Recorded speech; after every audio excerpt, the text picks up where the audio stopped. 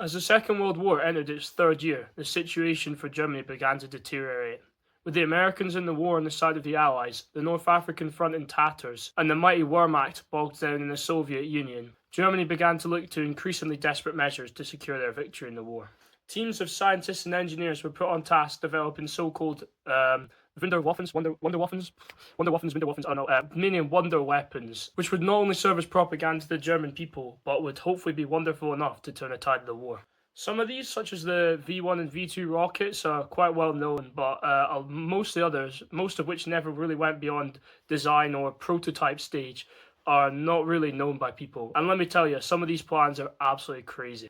Even before declaring war on America in 1941, the German High Command had been thinking of ways to attack America across the Atlantic. One such plan they came up with was for an America bomber, a plane which could fly across the whole Atlantic from Germany and bomb targets in the USA. Several designs were submitted, but due to Germany having much more pressing matters closer to home, and the difficulty of actually building such a plane, thankfully none ever came to fruition. Perhaps the craziest plan of them all was the Horken H-18, a literal flying boomerang of a plane which was thankfully never built due to the German war industry being in a state of slight disrepair by the time plans for it were completed. If it had been completed, then software modelling shows that the plane's speed and stealth would have made interception prior to bombing very difficult and unlikely. One of the most advanced and craziest Nazi wonder weapons, which never saw the light of day, thankfully, was the Sonnengewehr, or the sun gun.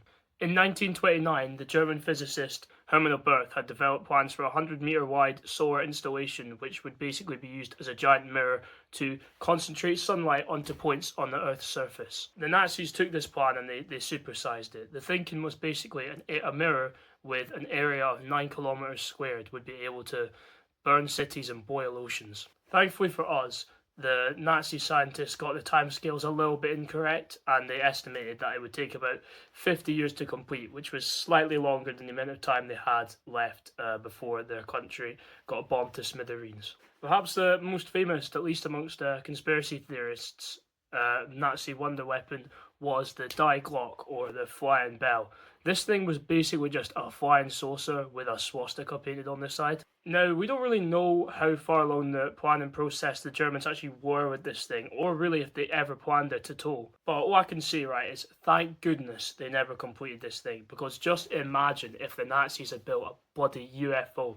Like, just picture this, right? You're a soldier in 1944, right? Battle of the Bulge, right? You're closing in on Germany. You're about to enter the homeland and win the war, right? And all of a sudden, out of nowhere, it's dark. It's at night time. You're in the creepy French forest.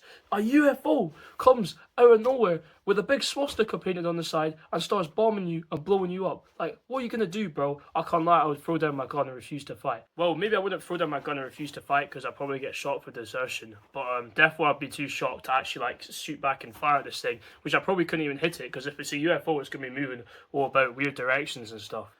We don't really know, unfortunately, we don't really know much about the specifics of this actual aircraft, and, well, most people just think that's because it was way too crazy to ever actually be designed, and it was nothing really more than just a Nazi propaganda idea.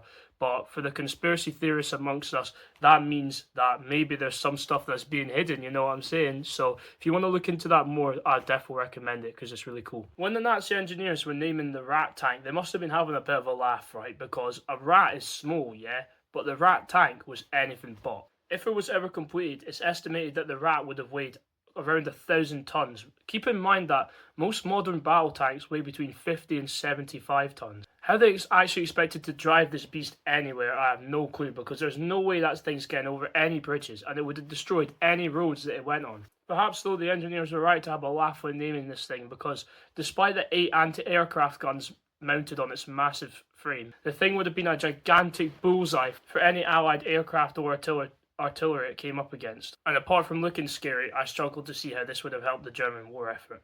What about the space plane? Have you guys ever heard of the Nazi space plane? Yeah, that's right. The Germans were so desperate to bomb the US during World War II that they skipped ahead through years of spaceflight development to come up with the Silbervogel, or the Silver Bird. This was effectively a space plane that would fly across half of the globe by skipping on the atmosphere like a stone skips on water, dropping some bombs halfway. To launch, the Silbervogel will be rocket propelled along a 3-kilometer long rail track, before switching to its own rockets to take it 145 kilometers high into the atmosphere, travelling at 13,500 miles an hour, at which point it would start to slowly fall back down towards the Earth until the increasing density of the atmosphere caused it to skip to bounce back up. This process would be repeated several times until it eventually came to land somewhere in Japanese-controlled Pacific.